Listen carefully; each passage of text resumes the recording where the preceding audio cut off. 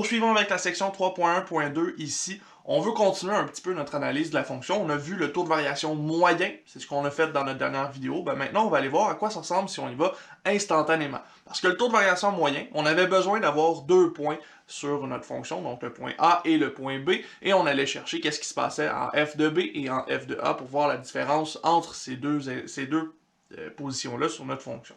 Maintenant, ce qu'on va faire, c'est s'intéresser à une seule position, puis aller voir est-ce que le taux de variation à cette position-là, on peut le calculer, puis qu'est-ce qu'il vaut si on est capable de l'obtenir. Donc on va commencer par le définir, on va en faire un exemple, puis ça devrait être assez clair, c'est assez simple comme situation. C'est pas vraiment beaucoup plus compliqué que le taux de variation moyen, et ça va nous permettre d'introduire la fonction de la dérivée dans la section 3.1.3. Donc, le taux de variation instantané ou le TVI d'une fonction en x égale à a va correspondre à la pente de la droite tangente. Donc, tantôt, le taux de variation moyen, c'était la pente de la droite sécante, donc une droite qui coupe notre fonction. Maintenant, c'est la pente de la droite tangente. Qu'est-ce que c'est une droite tangente? C'est une droite qui va venir coller la fonction vraiment proche, mais juste à un seul point. Et ça va nous donner c'est quoi la variation de cette fonction-là à cet endroit-ci. Donc, cette droite tangente-là, on va aller la vérifier évidemment en x égale a, vu que c'est le point qui nous intéresse. À ce moment-là, le TVI, comment est-ce qu'on va l'obtenir? On va l'obtenir avec ce calcul-ci. Un calcul qu'on reconnaît, TVI, dans ce cas-ci, on ajoute une limite au calcul du TVM et ça nous donne exactement ce qu'on cherche. Donc, on va aller chercher la limite lorsque B s'approche de A, de f de B moins f de A sur B moins A. Donc là, ici, si j'enlève la limite, f de B moins f de A sur B moins A, on reconnaît ça. C'est notre TVM qu'on a vu dans la dernière vidéo. Par contre, dans ce cas-ci, on dit que B s'approche de A. Qu'est-ce que ça veut dire que B s'approche de A? Là, ça voudrait dire que f de B s'approche de f de A et que B s'approche de A. Donc, on s'approche de 0 sur 0. On va avoir une forme indéterminée. Il va falloir qu'on lève la détermination comme on l'a fait dans notre chapitre 2. Mais on se rend compte aussi que si B s'approche de A, on se ramasse pas mal avec un intervalle qui contient un seul point.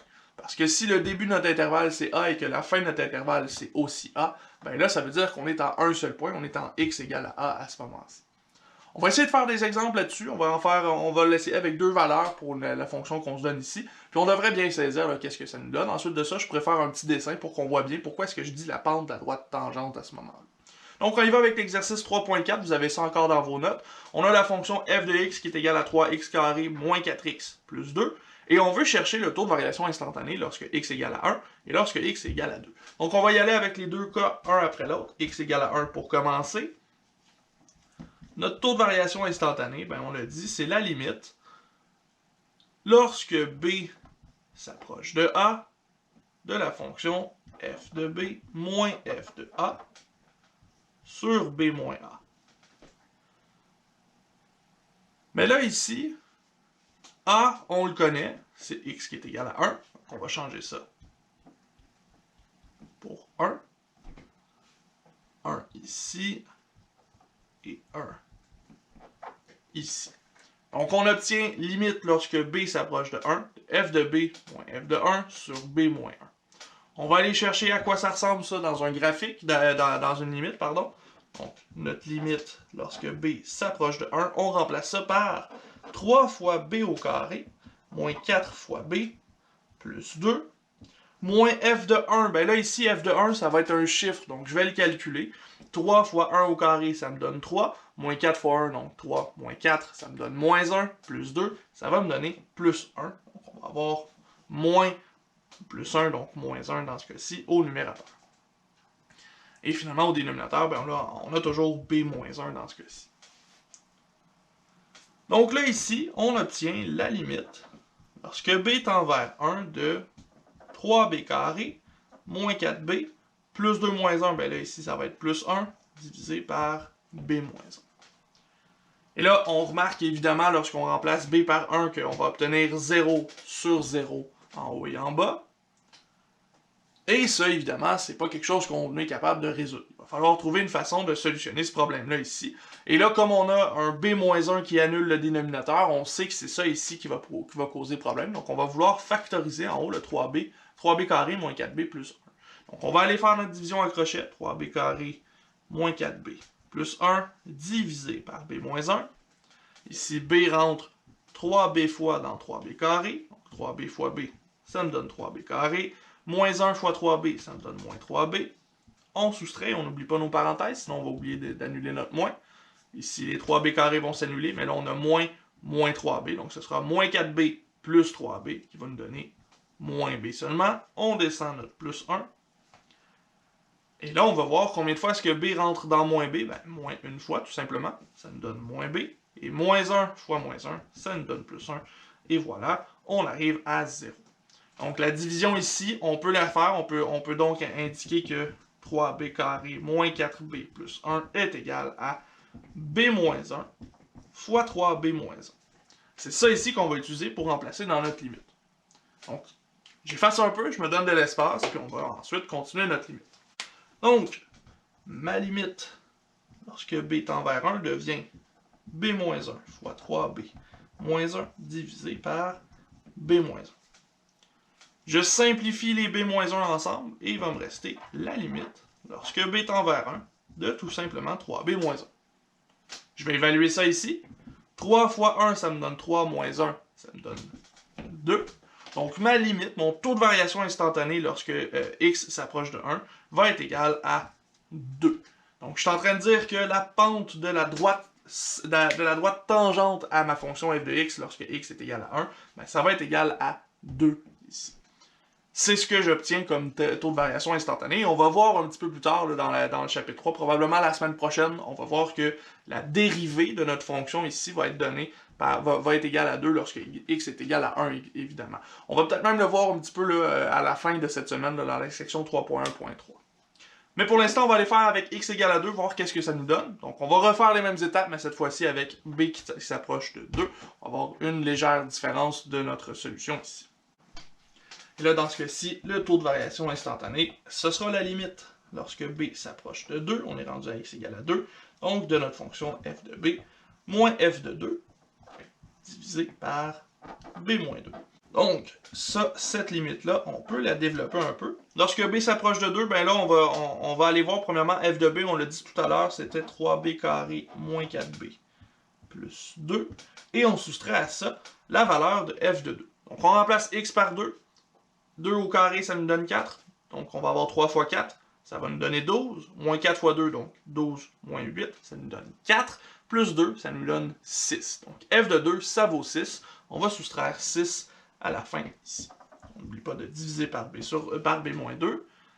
Et là, on obtient une expression avec des b et des chiffres. Donc, on va aller faire comme tout à l'heure. On va simplifier. On va aller chercher 2 moins 6, qu'est-ce que ça nous donne. Puis, on va voir qu'est-ce qu'on peut faire comme simplification au final. Donc, limite. Lorsque b s'approche de 2, de 3b carré moins 4b, plus 2 moins 6, ben c'est moins 4, divisé par b moins 2. Si j'évalue cette limite-là, je remplace b par 2, je vais avoir 0 au numérateur et je vais avoir 0 au dénominateur. Donc ici, j'ai un problème, je sais que b moins 2, ça annule mon dénominateur, je vais aller diviser mon numérateur par ce b moins 2. Donc je vais faire 3b carré moins 4b, moins 4 divisé par b moins 2. Donc, encore une fois, b rentre combien de fois dans 3b carré? Il rentre 3b fois. Donc, je vais avoir 3b carré ici. Moins 2 fois 3b, ça me donne moins 6b. On n'oublie pas de mettre nos parenthèses. Donc, les 3b carrés vont s'annuler. Moins 4b moins 6, donc plus 6b. Ben, ici, ça va me donner 2b. Je descends mon moins 4 et il ne me reste plus qu'à faire la dernière étape. B rentre combien de fois dans 2b? Ben, ça rentre 2 fois. Donc, je vais avoir 2 fois b ici, et 2 fois moins 2 qui me donne moins 4. On n'oublie pas les parenthèses, et ça donne 0.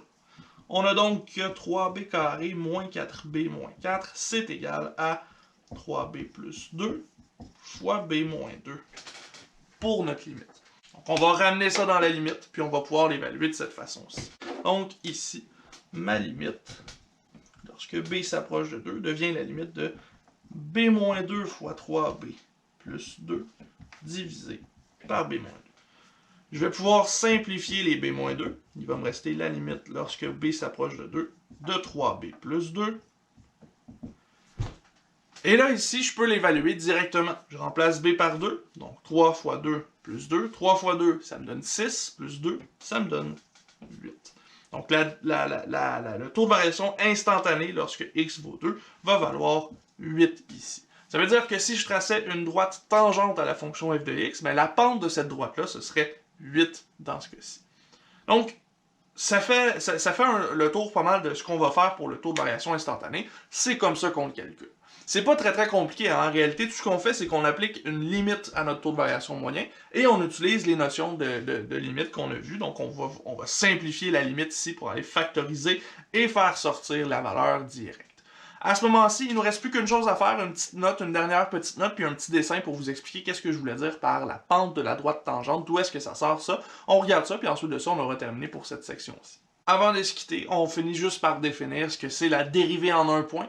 Donc le taux de variation instantanée, ce qu'on vient d'évaluer en réalité, ça représente la dérivée en un point. Donc on vient d'introduire pour la première fois la dérivée. On va l'introduire plus en détail dans la prochaine section et éventuellement dans la section 3.2.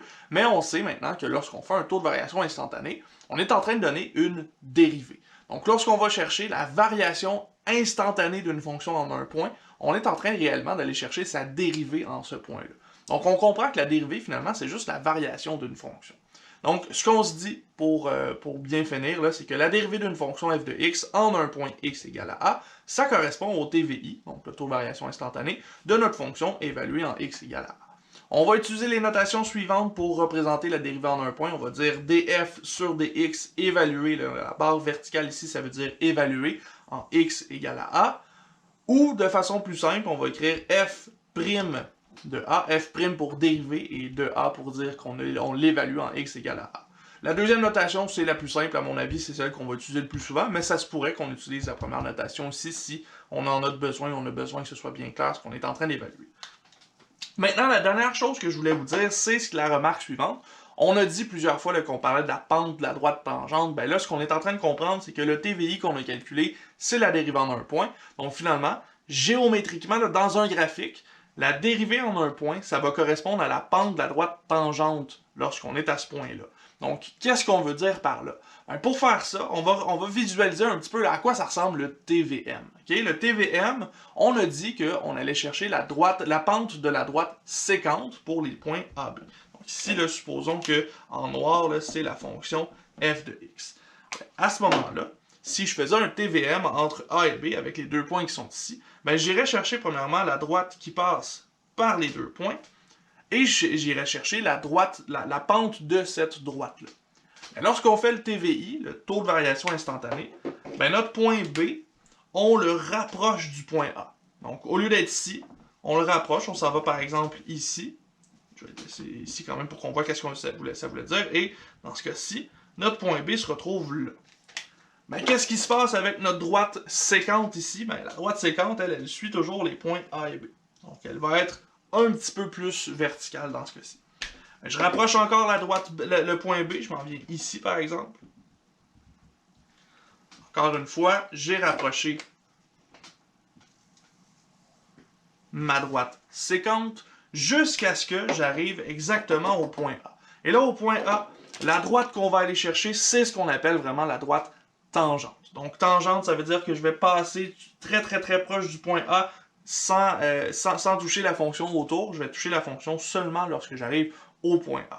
Une droite tangente, c'est vraiment une droite qui vient un petit peu licher la fonction exactement au point qu'on est en train d'évaluer et qui l'évite aux autres points. Donc c'est ce qu'on obtient ici, c'est cette droite-là qu'on va aller chercher sa pente, et cette pente-là, ça va être notre dérivée en un point. Ça va être notre taux de variation instantanée. Ça va nous indiquer finalement comment est-ce que notre fonction varie localement, juste ici, exactement à ce point-là. Donc on va pouvoir éviter d'aller chercher toutes sortes de choses autour de notre point, on va aller chercher seulement celui-ci. C'est ce qu'on fait dans une prochaine vidéo. En fait, on va se retrouver avec la section 3.1.3 dans la prochaine vidéo. On va parler de la fonction dérivée. Et là, on va commencer à calculer des dérivées pour la première fois.